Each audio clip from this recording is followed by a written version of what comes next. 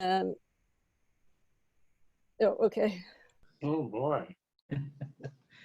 Does anybody object if we record this so I can have something for other study group leaders to refer to?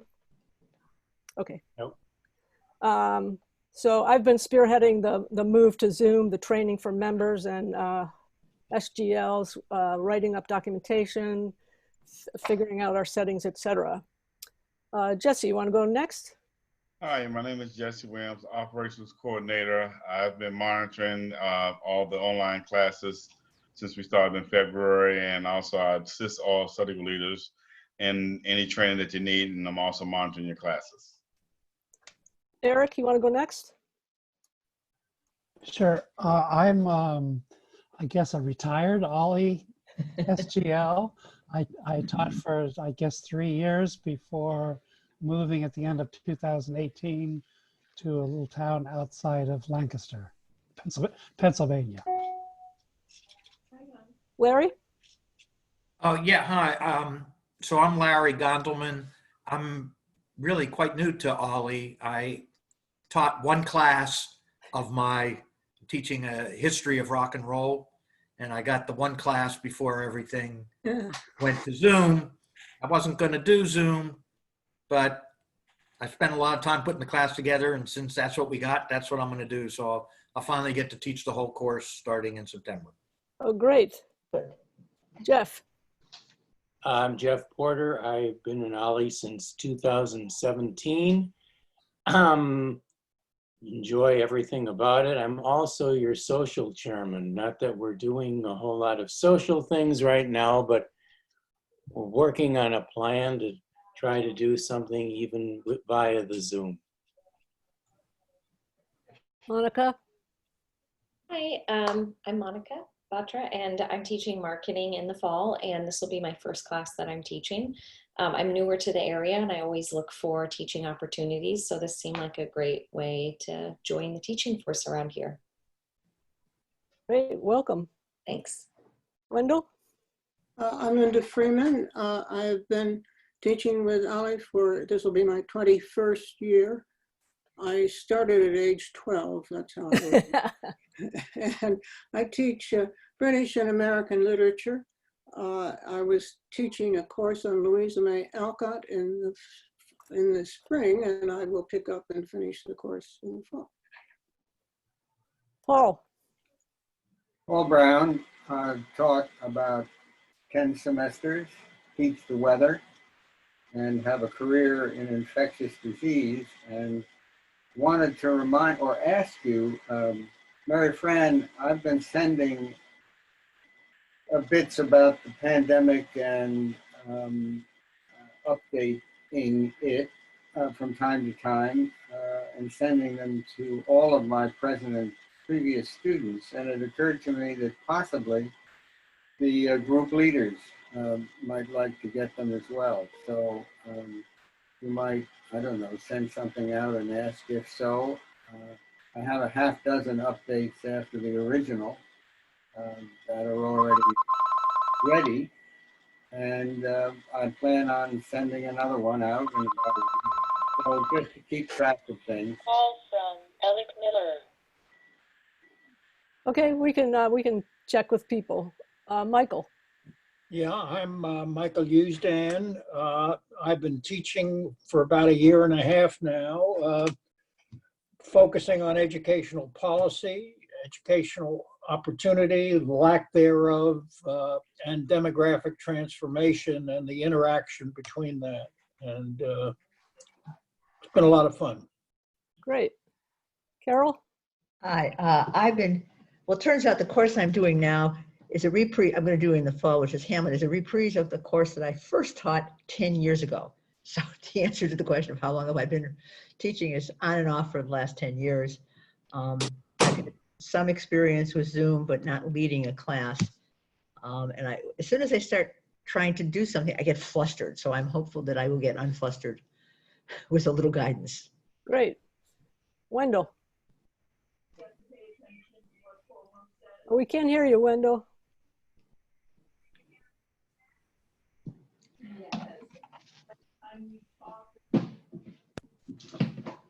Now? Yeah, that's good. Thank you. Okay, I'm Wendell Swan. I've been with OLLI for about 10 years. My introduction to OLLI was doing a lecture, and since then I have taught a variety of subjects. This fall will be my fourth consecutive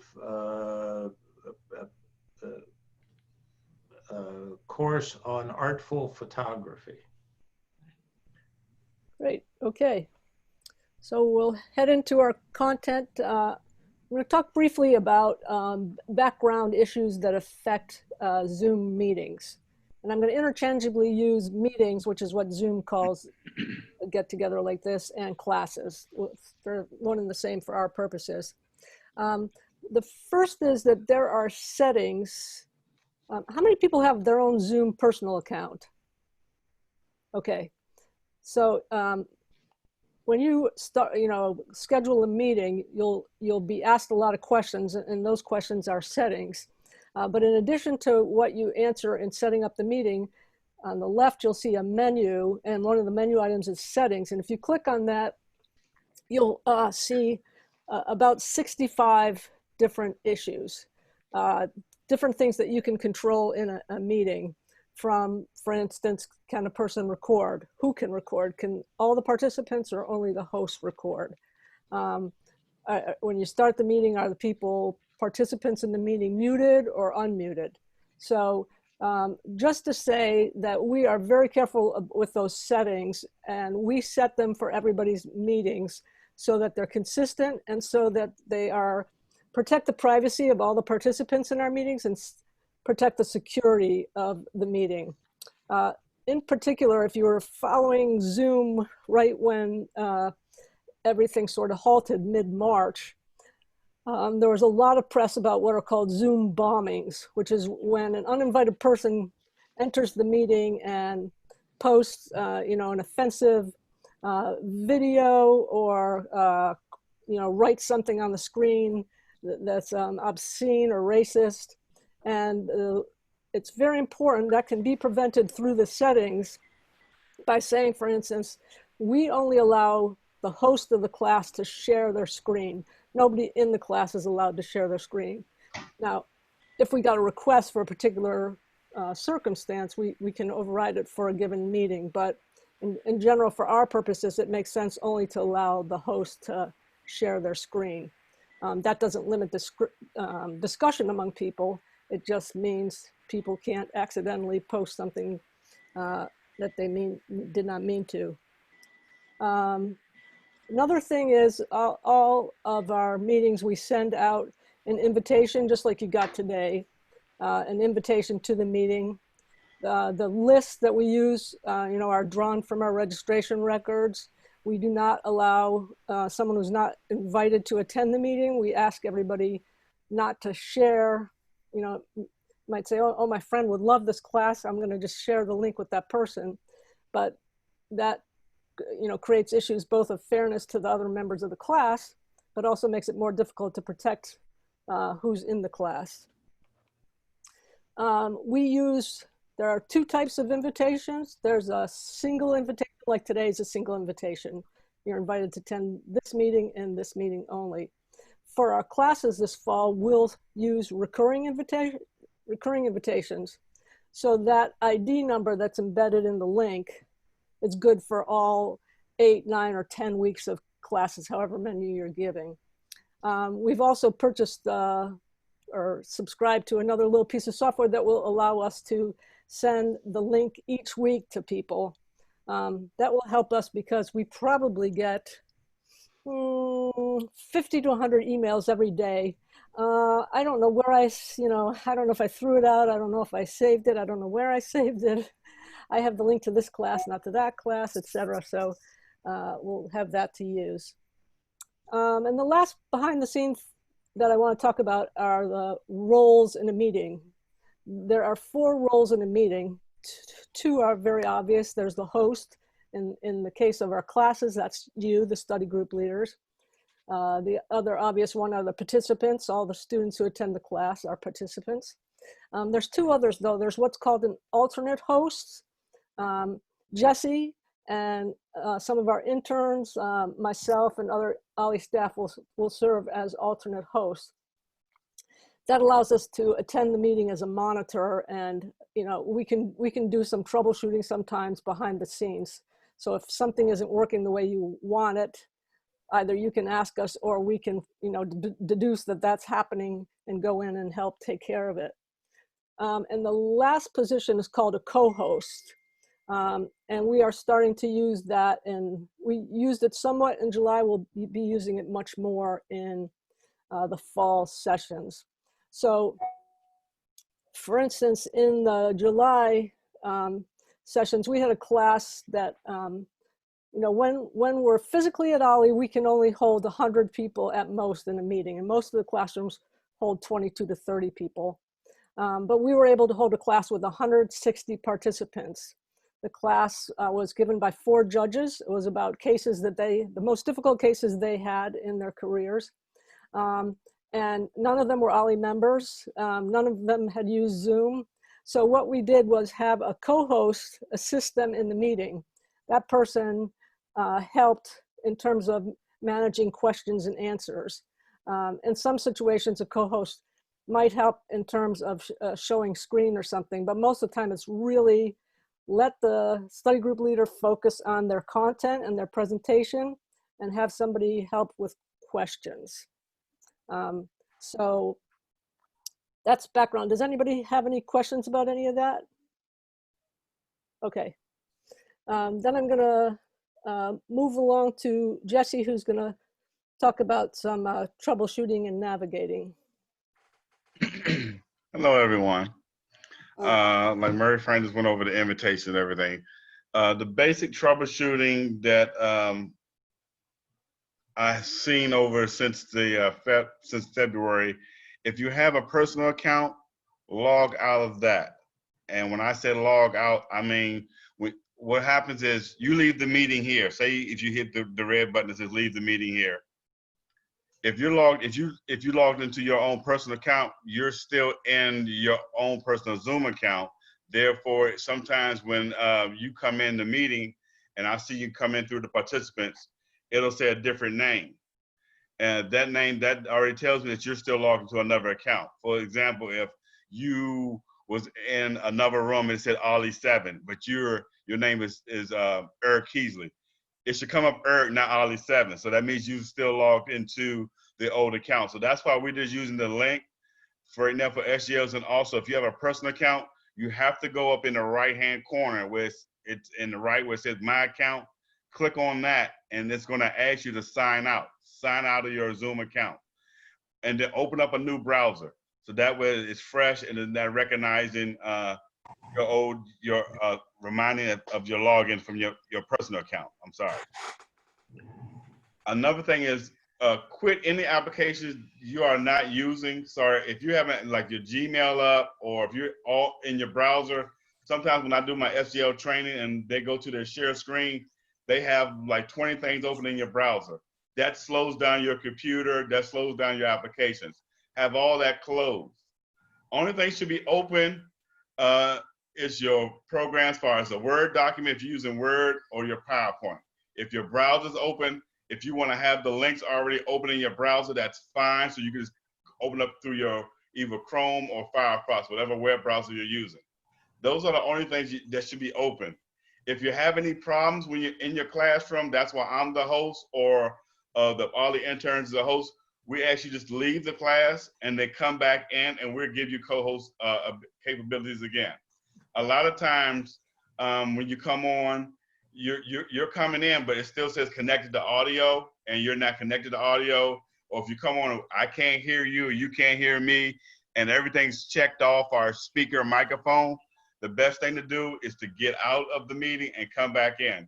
Your class member's not going to mind or anything, but that's the best thing to do instead of. The other thing is going to be that I'm glad that happened. Make sure your cell phone is on mute and you're in a room where you're not going to have any interruptions. Well, he's already muted. That's another good thing that happens. But a good thing is to have a timer on your phone for if you're going over a long period of time. to cut yourself, give you some time to talk. But I'll go through that in the question and answer period. The next thing, Jesse, I want to just add one thing. go ahead. If you use an email or a calendar in an email program and you have it give you alerts that bing at you, turn that off, because we were having a lecture the other day and like every 4 minutes like bing, bing. So just to reduce everybody's aggravation level and make the class as pleasant as possible. All right, now I'm going to go through navigating through Zoom. For the folks to some folks that have been doing Zoom, this is going to be, I know you've been hearing it again, but the first thing is at the bottom bottom left corner, you have the microphone where it says mute. If you look next to that mute button, there's a little triangle, little widget that's upside down. If you click on that, if you ever get on, if you're having a headset, you can check on that, and that says select a microphone, select a speaker. You want to make sure that whatever you're using everything is checked off. So if you're using like an outside speaker, like I said, a headphone or a camera, all of that should be rated in that little section next to your microphone. Same thing if you go onto video. Just click on stop video. That turns off the video, but you can still hear me. If you have so if I click that back on, I'm back up. Same thing for this, for video. Click the little widget next to it. If you're using an outside camera, make sure you select that outside camera so you will show up. A lot of SGLs forget to test that, but test that out before you even start your class. You can test that out as soon as you get on Zoom. You can make sure that all that's working properly. The next button is security button. You don't need to worry about that. But the next button is the participants button. I would like everyone to click on the participants button. When you click on the participant button, you see a list come up to the right side. That's just how your class list will be in your classroom. I want everyone to raise their, if you click on participants, down in the bottom right corner, there's a little square with 3 dots. You can click on that and that raises your hand. That's a feature your class members will have that we teach all members to raise their hand. That I will go over that in the question answer period. The next button after the participant button is the chat button. That's another feature where you can do question answer period or say hello to your class members, or you have them just do questions to you. I just sent the chat, it said hello. If you look at the bottom, it tells you who sent the chat and the person's name. The very next button is the most important button for everyone when you're sharing your screen and sharing documentation, which is the green share screen button. Next to that is the recording button, which only that I would do or the intern should do. The next button is the reaction button. And that just gives you a thumbs up or a clap your hand. The other button will be the leave button, that's to leave the meeting. Now, the most other important thing is in the top right-hand corner. It should say, right now, yours should say speaker view. If you get on your computer and it says gallery view, click on that. Zoom wants you to click on that feature to let you know that's what you, so if you want to go to speaker view, click on speaker view. You have to click on the button just to do the opposite. That's pretty much of all the features and the buttons throughout Zoom and how you navigate. The next thing will be for, if you're sharing your application, you will click on, let me go over this. When Mary Fran sent the email out, she sent 2 PDFs. I emphasize this to all SGLs. Read all the information that Mary Fran sends. The PDF is very helpful. It's very useful. If you read that information and use the little cheat sheets that Mary Fran has created, your life will be so much easier for sharing the screen. The main thing with sharing the screen is when you click on the green share screen button, if you're on a Mac, it's going to say desktop or desktop 1. If you're on a laptop or a computer, it's going to say if you're on a laptop, it's going to say screen. If you're on a desktop, it's going to say desktop. On a Mac, it's going to say desktop 1. When you click on the share screen button, it's two squares underneath that white screen. One says share screen, share computer sound, and optimize video. If you're using video clips, like if you're going to YouTube and you're showing different presentations off YouTube, you want to click on optimize videos. That way your sound and everything goes smoothly. If not, it's going to be a delay. But if you don't check the share computer sound, you're not going to have any sound. That's one thing a lot of SGLs forget. But once you check these boxes, you don't need to check them again. But one thing I want to reiterate to everyone, even if you're on a Mac and you're on a computer, if you're on a desktop, to get the full function of no matter what you have open, you want to go to desktop one or laptop one or screen one. That way you get a full function and you can stop share, you can share, and you can do a new share over top of that. And that's something I can go with you over one-on-one, the sharing the screen.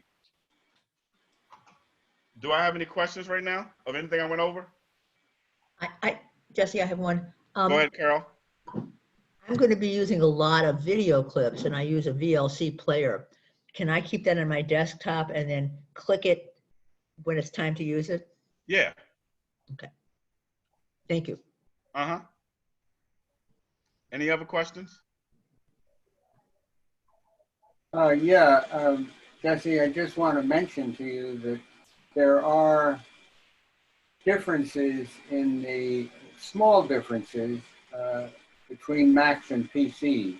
And that's why I asked for everyone to go on one-on-one. Like when we had our one-on-one today, this morning, we went on certain things. Yeah. A couple of the items that you mentioned, at, for example, the bottom, the Mac has participants, chat, share screen, reactions, nothing else. So there were two things you mentioned that were there presumably on a PC, but are not on the Mac. It's not important. I just wanted to mention it. Paul, yeah, that actually doesn't have to do with whether it's a Mac or a PC. It has to do with what your settings are. For instance, I have on mine participants, chat, share screen, polling, pause, stop recording, breakout rooms, reactions, which is what everybody will have in the fall. But for today, I see. The hands-on testing Jesse does with people because it gets too confusing. Yeah, no, that's fine. Okay. Yeah, that's part I was saying to you this morning. Today was just going over the basic features. The one-on-one we get more in depth. That's why I suggested I told Paul, because Paul had his one-on-one today, but I told him because he had a couple of other questions as far as the question and answering period, and we would go over that. I can go over that too after Mary Fran goes over her Zoom etiquette and everything. And but pretty much, long as if you have a Word document, have your Word documents up. If you have a PowerPoint, have your PowerPoints up. Long as Zoom is very friendly to even Google Documents. If you click on the share screen, if you go through that share screen process and select the things that you should, you will have no issues. But you do need patience. That's why we're saying practice now. You can email Mary Fran and I a date and a time when you want to do it on a practice session on your own, and we will email you back. But the important thing is practice what you're doing. Only have things open that you're going to need. Also, if you're on a bandwidth that you're sharing anything, make sure that's not taking up any of your bandwidth. One of the things that happened, we had an SGL that was working with TiVo when we first went over, and he kept going out 45 minutes into class. TiVo will start recording and taking up a bandwidth. So make sure that you're not using up any bandwidth as far as your Wi-Fi. The closer you can be to your router is better. That's another big thing. If you could if you're in a big house and you're separated, if you're away from your Wi-Fi and you're trying to do too much, your network can get kind of low. So be mindful of that also.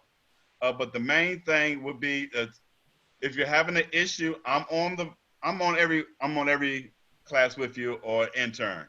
But majority of times I'm on there. If something goes wrong, I can hear it, or your class members, they will say Jesse. So I will hear my name going out. It might be two at a time, just call my name. I'll say, hold on, I'll be right with you. Help that person out and come right back to you. Majority issues, it's either the SGL doesn't have their presentation up, or they got knocked out, or they forgot to click the sound.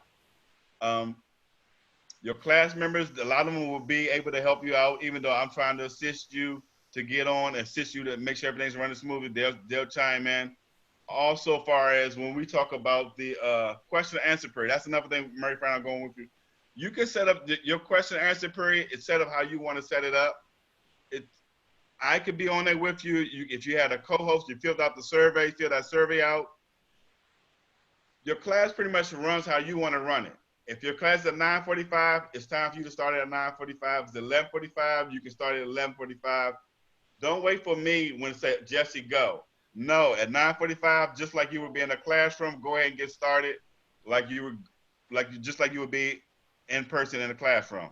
You don't need to wait for me to say anything unless you need me to talk. Now, if you need me to help you out as far as letting the class members say, hey, we're going to be muted the first process of the class, I can speak that for you. You just let me know, or the co-host, whoever, or the intern can do it for you. The main thing I'm worried about is making sure you have your work, your PowerPoints ready, and that your classes go smoothly. As far as the technical issues, anything going wrong with sound or video, I'm there to help you out. But I only can do that if you practice and know what you're doing and just rehearsing that. That's the main thing. Zoom is going to be like, I can't keep saying enough. It's very friendly. Zoom is very PowerPoint and app friendly. It's a sound thing also. So some SGLs question whether they should be unmuted. No, all class members should be muted and only unmute when they need to talk. Are there any more questions before I turn it back over to Murray Fran? Yes, Jesse, that's Rigo here. Uh-huh. Did you say that there aren't always, for example, I can't see the chat button on this one. The chat is at the bottom next to the participants. Next to it, well, but there's nothing there. There's just these two little upward arrowheads, one on each side of the participants, but I don't see any chats. Rigo, what device are you using? It's a Dell computer, laptop. Start your video. See that I just asked you to start your video. Okay, start video. Well, there's a line through it, but okay. Yeah, click on that. Now, okay. Do you see security participants? You see remember the share screen, the green share screen? I see share screen, yeah. You don't see chat next to that? Left of that, Rigo, I've got a Dell too. I've got several, actually. That's something I can show you on one-on-one. I can work with you on, Rigo. So don't worry about Okay. that. So forget about chat then.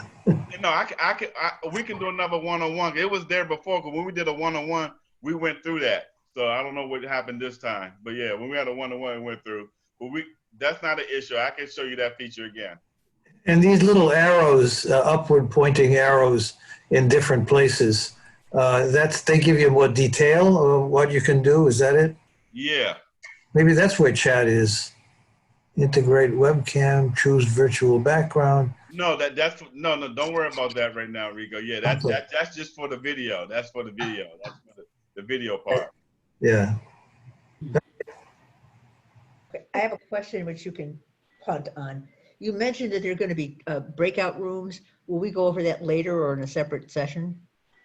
We can go over breakout rooms on a one-on-one, but just be mindful that when you do breakout rooms, you are the host. So if you hit the wrong button, we all go out because I'm not the host. So I would make sure that you are comfortable with doing breakout rooms before I let you use breakout room, because the one wrong, like I said, you hit the wrong button and everybody's knocked out, then they have to try to come back in again.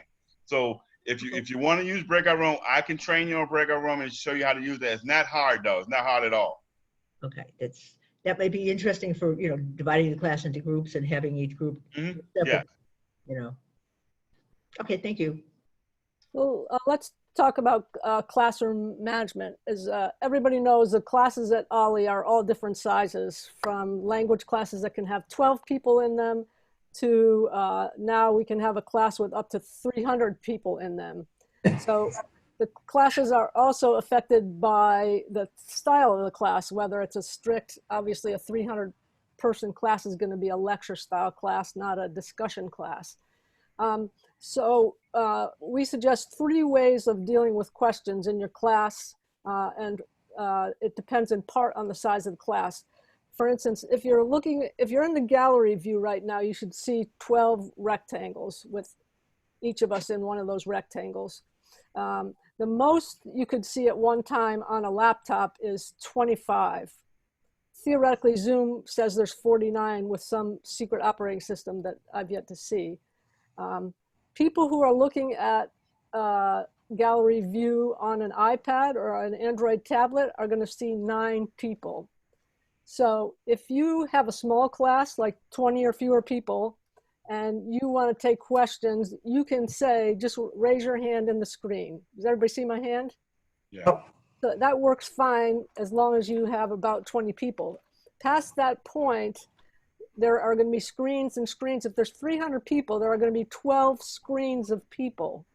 So it's not going to be manageable to have people physically raise their hand and scramble around.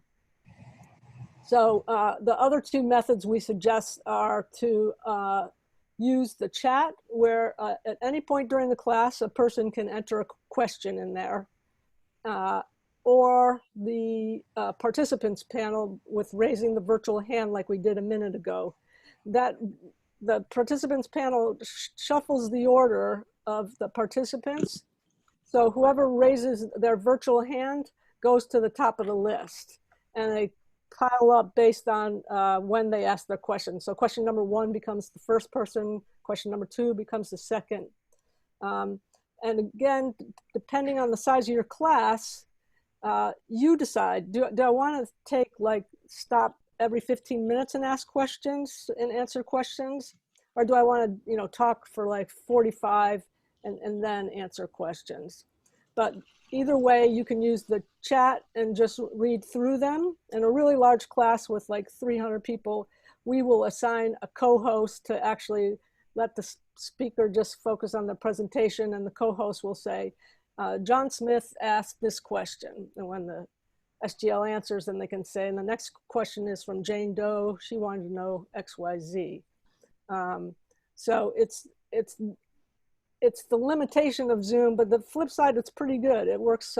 We've used both of them in different classes, and it's the class with 160 people, which is the largest so far, was hugely successful. People loved the class, and it had tons of questions in there. So think about, before you give your class, think about, how often do I want to take questions, and which format do I think works the best for me? But just know, if you have more than 20 people, it is not going to work to ask people to put their hand up in the screen. Does anybody have questions about that? Okay. Did everybody should have gotten a survey. Did everybody get the survey and answer it? No, Larry, you did not. Rigo, did you get one? no, I don't think so. Okay. We'll make sure that gets sent out again. Okay. I got it, and I believe I responded. Okay. Mary Fran, I'm not sure I have it or not, so why don't you send me one as well, please? Okay. Add me too. I've answered so many surveys in the last week. I'm not sure what I've done. Okay. You may send me one as well. I'm sorry, who was that? Who asked? That's Jeff. Jeff, okay. Thanks. Okay, yeah. We're just trying to find out precisely which applications people are planning to use if they're going to share screen. Because, well, you probably would believe this. I was going to say you wouldn't believe this, but there's always something we don't anticipate. And someone literally, and it made sense, they were teaching a class on computers. Well, they wanted to hook their iPad up to their laptop so they could show the iPad and show people in the class what happens when you go through certain steps. But it didn't work. We ultimately got it to work, but it was not, I mean, I never thought to ask, are you thinking of hooking up, your dog to the laptop? So So the survey asks that kind of thing. What kind of applications might you use? And if you think you need a co-host to help out, then we'll go through that. Well, obviously we're going to give priority to the largest classes, but we'll try to, anybody who thinks they could benefit from having one, we will try to find one for you. I have a question. Sure. Rigo, I have a laptop, which is what I'm on now, and I also have a sort of medium-sized tablet. This is a kind of a unique thing. I have 2 Kindle books that are required, that I said are required in the class, but they're on the tablet. And I can't get them onto the laptop. The laptop is much better for me because I know better how to manage it, and it's a little bit bigger in terms of the screen. But maybe there's somebody there that can get me to, be able to help me get these 2 books, Kindle books, from the tablet to the laptop. There is a Kindle Cloud Reader. Yeah, I have that on the desktop, and you can open up your books in the Kindle Cloud Reader. Yeah, I have that.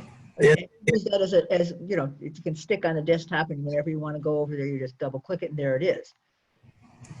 It's the same thing like moving your whole tablet in. Yeah, well, I have that on the on the tablet, but it's not on the laptop. But you can put it there. You can put it on the laptop. You can download that. You can download that onto your Dell laptop. Is what she's saying. I have it on mine, so it works on Dell. Yeah, Arrigo, I've had much the same experience, and I suggest that you get in touch with the Kindle people. They have a help, choice that you can ask that question. Yeah. It's different for every computer and every kind of tablet. So yeah, what you can do is just ask them how this is done in the most simple possible way. You mean the folks at Amazon? Yes. The Amazon people. Okay, well, I've tried, so I'm going to try it again.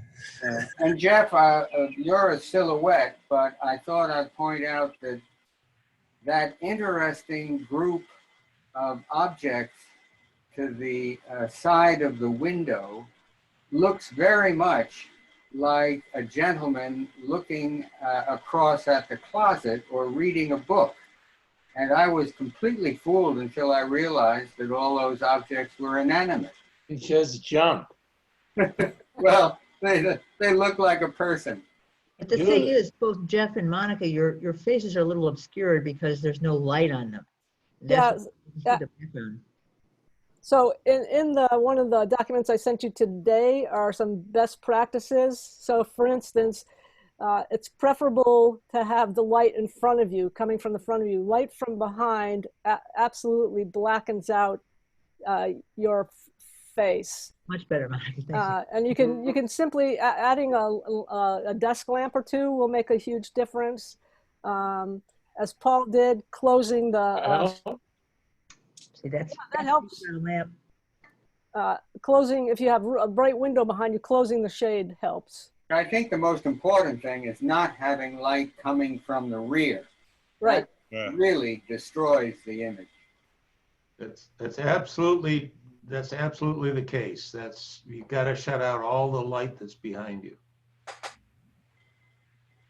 Let's go through, since we're talking about light, let's go through some basic Zoom etiquette as well. We ask all the members to mute themselves in classes, unless it's strictly like a language exchange class or a pure discussion class.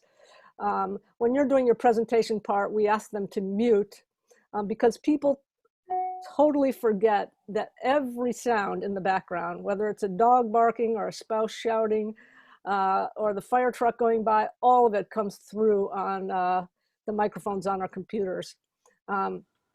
But you will have the capacity to unmute people in the class. We also ask all the members to turn their video on. OLLI isn't just about having academic classes, it's a lot about our relationships and community with each other. So we ask them to turn it on. If somebody absolutely doesn't want to, that's fine. It's not a huge deal. We do remind them as well that everything that you see on the camera, everybody else sees on the camera. So we've had people get into bed together. We've had people do get dressed. Just a reminder, you know, the camera sees all.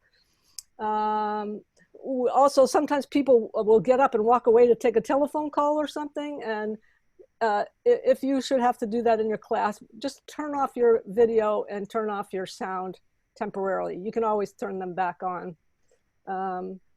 Avoid bright light in front of you. And if you are using a tablet, iPad or an Android tablet, use a stand. Trying to stand it up on the covers that fold into themselves isn't necessarily stable, and it's so distracting when people are like fussing with their stuff all the time, you know, like, so just try to avoid doing that. And take a couple minutes before your class starts to make sure you're, see, I'm centered in the screen. You know, if your hands are important to your talking, you can see my hands.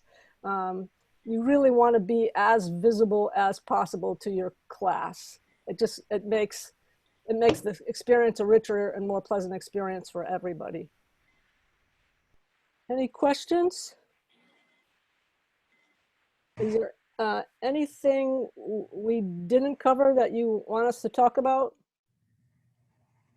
Mary Fran, I have just a couple of comments. One is I experienced a Zoom program in which the presenter used Google Images for a slideshow, and the quality of the images was severely degraded from what would have been in PowerPoint. So I don't know if people have been planning to use that, but I would suggest not using Google Images. And the second thing is that many OLLI members have hearing difficulties of one sort or another, and it will help tremendously if every study group leader uses some kind of a microphone other than what's on the laptop or the tablet, whatever. You can either buy a headset, which I use this for my classes. It's better to hear with, and the microphone really gives a good sound. You're always at the same distance from it. Or the other thing is to use just earbuds, like you would, yeah, exactly. And that produces a much better sound. Many people use rooms in which there are no sound absorbing fabrics or surfaces, with the result that there's a lot of reverberation. And some people cannot hear as well with that reverberation. Other questions? Okay, if you haven't had an individual session with Jesse, make sure to book one with Jesse. Do please, not just because I wrote them, but please, you know, look through the documentation. They're literally documented every step of, you know, holding a class, and, you know, what you go through to do that. And play around between, there's plenty of time. There's nearly 2 months between now and the first classes. You know, see how it goes. And if you want us to get a couple people together to do a test run, just let us know. We're willing to do whatever to make the classes successful. I do have one last question. Will the role of the co-host be to periodically mute anyone who is not muted? Because there are a lot of participants, a lot of members who will unmute even though they're not speaking. And then that's when we get all that noise. Will that be a role of the co-host? It will probably in some classes, but it will depend both on the study group leader and how they want to use the co-host. When will we find out if we requested a co-host, who the co-host is? Probably not until after our lottery, not until after the 8th of September. I mean, I have some people already signed up. I'm also recruiting people, and we'll also be doing a general, asking members if they're available. But it's not anybody can do this thing. It's got to be a person who's really comfortable with Zoom. Yeah, sure. Yeah.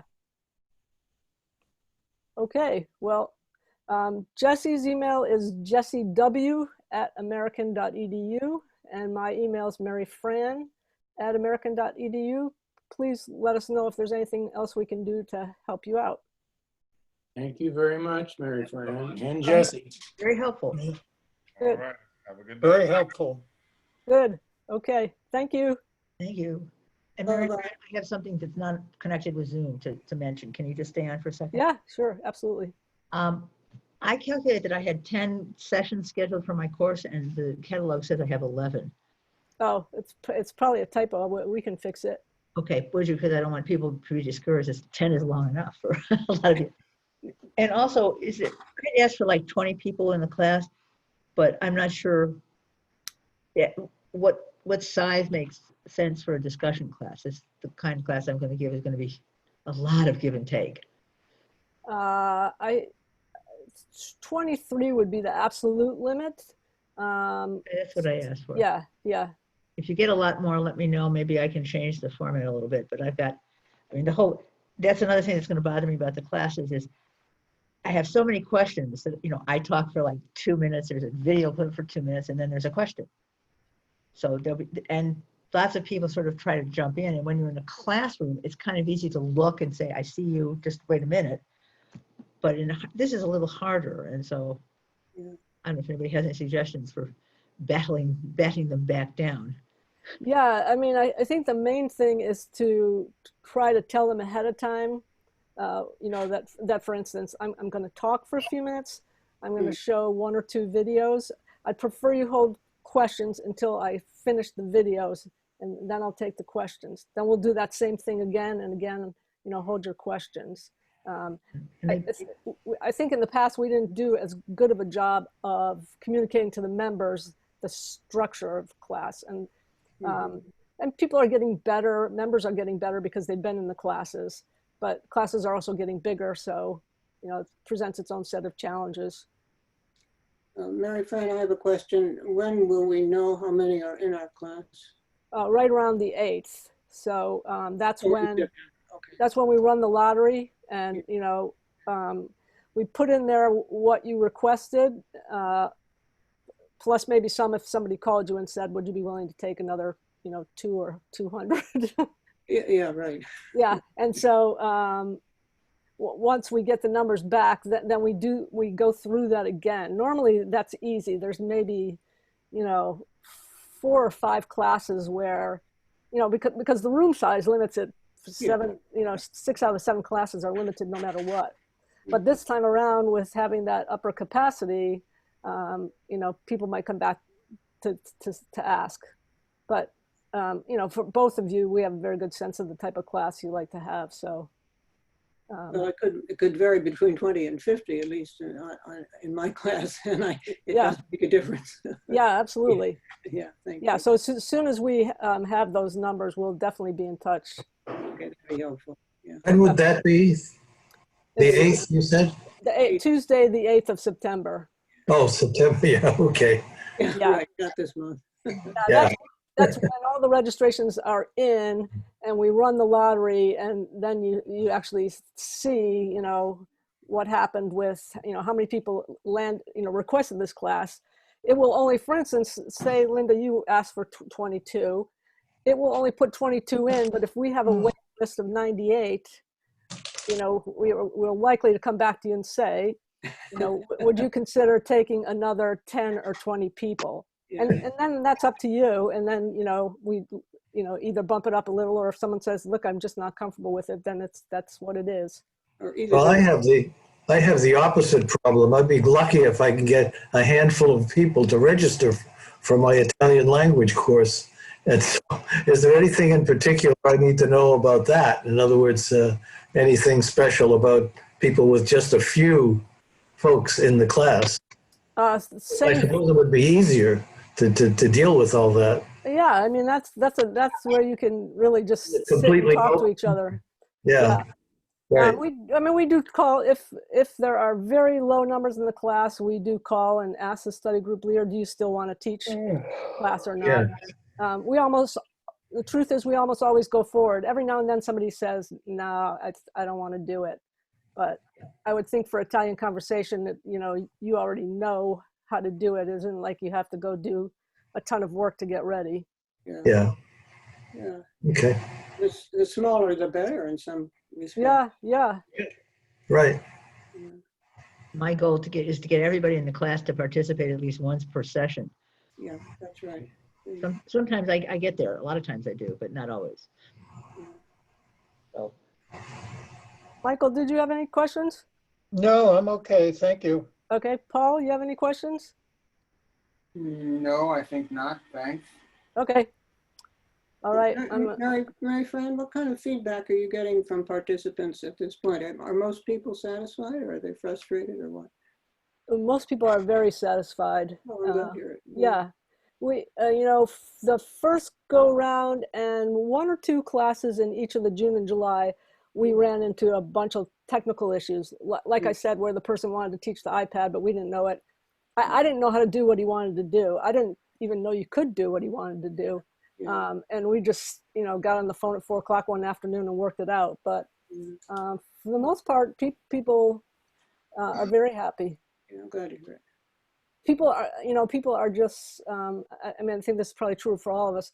People are so grateful to just see other people and, you know, have a good, rich, you know, discussion or learning experience. You know, how many? They've been to the 19th century in my class. Yeah. And we're all spending so much time, you know, alone that it's just good to be together. Yeah, indeed. That's helpful. Thank you. Sure. Say, I missed the first 10 minutes because I didn't get the link. And so is there another session that I could just horn in on? You can, all week there's 3 at 1 o'clock and 1 at 10 a.m. If you go to the home, let's see, today's 1 p.m. I think tomorrow's is at 10 a.m. if you want to go to that one. Yeah, I could do that. Well, no, I can't do tomorrow, but yeah, the rest of the week. But, yeah, Wednesday and Fridays at 10. Yeah, but how do I get the link for that? Oh, just if you go to the home, go to the homepage and just sign up for one of them, and then sign up again. Okay. Yeah, the morning of the class, I go through and send out the link. Okay. Good. Okay, great. Thanks very much. Oh, you're welcome. All right. Take care. Bye. Bye-bye. Bye-bye. No.